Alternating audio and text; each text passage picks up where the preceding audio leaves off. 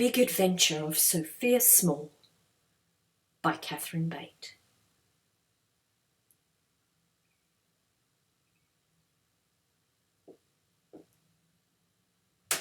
Sophia Small is not very tall. She lives in a house near a forest. Shy and petite, she can be really sweet, but sometimes is not always honest. Called Soph by all, she thought she'd skip school. If I say I am sick, I could miss it. "Oh, mummy, I fear I've a pain in my ear."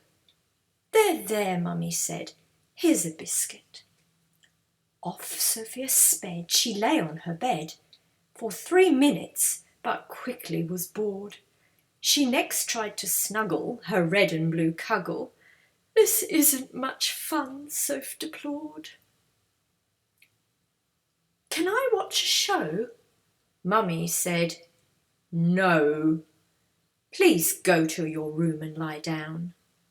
"A pain in your ear? Leave your iPad in here," Mum said with a bit of a frown. Sophia humphed, then she galumphed, then she stomped back to her room. "My mummy's so cruel, I'd have more fun at school." And she hid in her bed in the gloom. Whilst lying there, thinking life was unfair, an idea popped into her head. "I think I might play in the forest today," said Soph as she slid out of bed. Quietly Soph went, as she was not meant to be out when she'd said she was ill. She felt a slight breeze as she crept through the trees. Then it stopped and was perfectly still. As she came to a hollow, she felt she'd been followed and wished she could feel a bit bolder. "You'd better beware, there's witches in there," she recalled what Daddy had told her. From some leaves came a moan, a squawk and a groan. Soph gasped. "Oh, what could that be?" "I shouldn't have lied," the little girl cried, and she hid behind a big tree. Sophia stood alone in the woods. Her knees, they started to knock. What was that? A big crack, a thump and a whack. Sophia was in for a shock. "Sophia, don't leave," called a voice from the trees. "It's sad to be here all alone." Sophia couldn't speak, then out came a squeak. "I think Mummy wants me at home." "Don't run away. You really must stay. I won't hide from you any more." Sophia turned round, saw 2 shoes on the ground. She almost collapsed on the floor. 2 feet, then some knees, then next Sophia sees a dress, a hat and green hair. Twinkly blue eyes, what a surprise! A girl had appeared from thin air. Sophia was scared. "I'm scared," she declared. The girl looked at her with a smile. "I'm a witch called Maud. I'm lonely and bored, and I've had no friends for a while." "All witches aren't scary. I'm more like a fairy who looks after things in the wood. When there's a need, I'll do a good deed.